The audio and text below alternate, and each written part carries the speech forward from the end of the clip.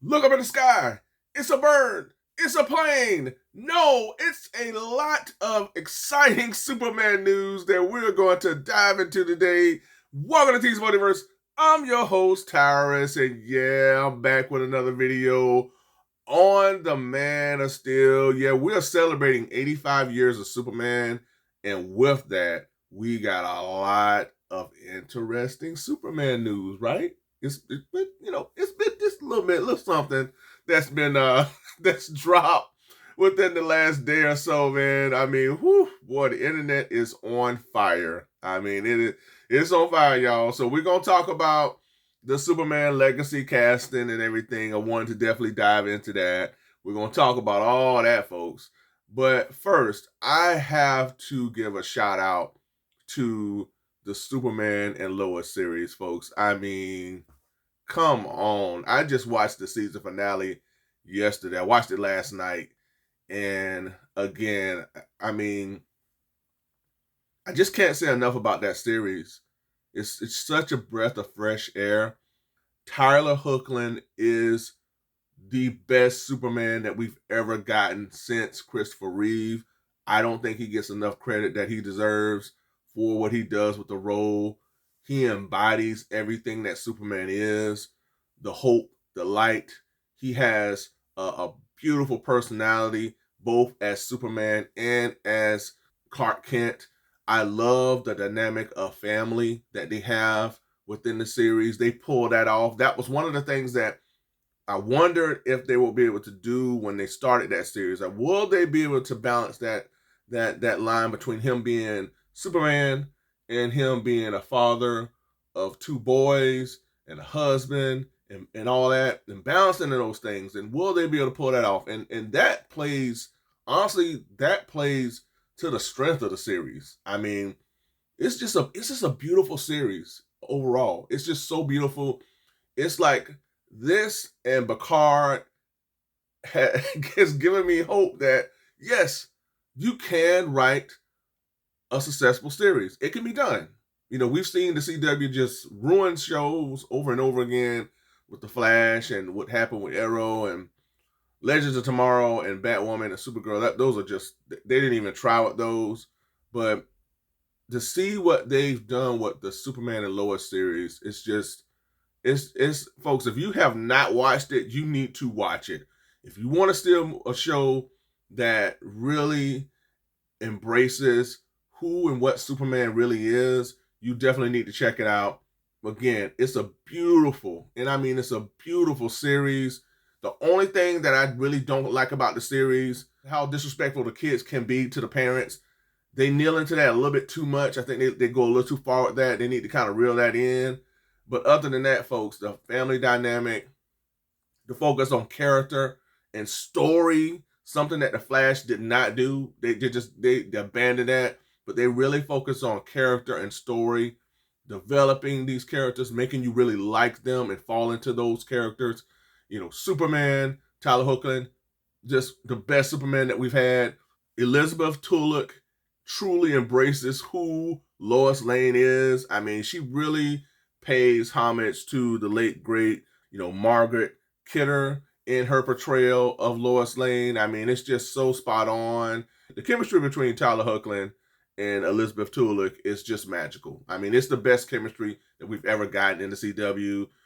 Stephen Amell and the Felicity, no chemistry at all in my eyes. Most definitely the whole Barry Allen and Iris without no chemistry, but this one here, folks, you can see it. It's there every time they're on screen together. It's magical, and I love it. And the series is just it's so awesome. And where they went, folks, where they went with this final episode, it's just I couldn't believe it. I could not believe it. One, folks, I've just raved about Lex Luthor. I love this incarnation of Lex Luthor. It's different, but man, this dude don't play. I love how they built this character up before he came onto the scene, and he is causing a lot of trouble. He's living up to his name of Lex Luthor. He's living up to what everybody's been talking about in terms of him being the devil or him being this problem. And it's just like he's doing those things. He is being that problem for Superman, but I really like this more. Just kind of like he's a different version. He's a different type of a Lex Luthor. He's not the clean cut Lex Luthor. He's like the more of a rugged Lex Luthor, and I like that. I like this incarnation. So that plays into just how great this series is, and the writing, and how. And this is a spoiler, folks, so I ain't holding back nothing. So we got Bizarro in this series, but Lex Luthor found a way to transform Bizarro into Doomsday, and the way they wrote that into the story was very interesting. Through him dying over and over again, for him killing Bizarro over and over again, created this Doomsday type of a character, because each time he kills Bizarro, he becomes that much stronger. So he kills him over and over again to where ultimately he becomes this unstoppable Doomsday monster. And it's the thing that I remember reading in the comics back in 1992. So when I saw that on screen last night, I was like, holy crap, they finna go there. They finna go there. And I thought like we were gonna get the death of Superman at the end, but it just ended with the two flying towards one another on a moon, folks. On it, and the scene was just so beautiful. Now I'm gonna tell you this: if they did not greenlight a fourth season, I would have had to call everybody at Warner Brothers. I would have had to reach out to some people, because there is no way in the world that they could have ever left us on that type of a cliffhanger. I heard that there was a cliffhanger that they were going to end this season on. I had no idea they were going to do that. It was just, my mouth was just open during that whole fight sequence between Superman and Doomsday. And you felt for Superman. You felt like, oh, it's going to happen. He's going to take him out, and it's going to end with him supposedly dying. And they didn't go there yet. But who knows what they're going to do for season 4. We're getting to season 4. I feel like this series should go on for at least another 5 years. I'd like to see more heroes implemented within this series. More Batman, or at least Bruce Wayne. The Flash as John Wesley Shipp. I would like to see him as that World's Flash. Stephen Amell as Green Arrow. John Deagle as the Green Lantern. I'd like to see more heroes. Them will world build with this series. There's just way too much to do with this show for it to end next season. I think it's just so unfair that Flash, when it was done after 3 seasons, it got 9 seasons. But we're going to get 4 seasons with this one, and it's going to be only 10 episodes. But the way it ended, folks, it was just so awesome to see Superman defend Smallville. And again, you could just feel just that heroic presence and the sense of duty and everything that Superman is when he was defending everyone from this monster, this unstoppable Doomsday. So I can't say enough about this series. Folks, if you have not watched it, be sure to do so. I know I mentioned Picard season 3. Both Picard and Superman and Lois, hands down, the best series of the year. 2 of the best series that I've ever seen in my life. Now, folks, I actually shot a video where I reacted to the Picard series and the season finale. So if you'd like to see that, I have not posted it yet. Just it's been so busy, man. But if you like to see it, let me know. But because I really enjoyed the Picard series. But folks, if you have not watched Superman and Lois, you definitely need to check it out. It's so good. So that's my 2 cents on Superman and Lois. It does end on a cliffhanger. Really look forward to seeing what they're going to do with season 4. Will that be the end? Who knows? We'll see. But now it leads me into talking about Superman Legacy. So this is supposed to be James Gunn's big DCU debut. This is supposed to be the start of the new DC universe, and they're gonna jumpstart it with the hero of all heroes, and that is Superman. And I get that. That makes perfect sense. And although I do not like how he did Henry Cavill. I think that was just so wrong, having that man to they announced that he's coming back, and then turn around and go, oh, we're not going to use you. And then to cast somebody that honestly looks like his younger brother. So the new Superman is David Corenswet, and he looks like Henry Cavill's younger brother. I mean, if you're gonna cast Superman, I guess get somebody that looks like Henry Cavill. But this guy is taller. You know, this guy's 6'4", so he has more of a presence with his height. And again, he looks like a younger version of Henry Cavill. So I honestly, even though I don't like what happened with Cavell, I'm hoping that everything works out to where he can play Superman again, or he plays Captain Britain for the MCU. You know, I think this was a great casting, and I really think that he will play Clark Kent very well. And I think that's something that Henry Cavill could not do. He could play Superman, but he could not play Clark Kent the way he needs to play Clark Kent. You know, Tyler Hoechlin has that thing on lock, man. He really knocks it out of the park as Superman and Clark Kent. I like him just as much as Clark Kent as I do with Superman, and I think this guy embodies that as well. So that's the thing about this David Corenswet. I feel like he will play a great Superman, or he has the ability, I feel, to play a great Superman, but he's going to be a great Clark Kent as well. Now, in terms of like other movies that he's known for, he's appeared in Pearl, The Politician, and Hollywood. But you know, I look forward to seeing how well this guy does. You know, it's I think everybody just needs to give this a chance. Ultimately, I always felt that this franchise needed to be rebooted.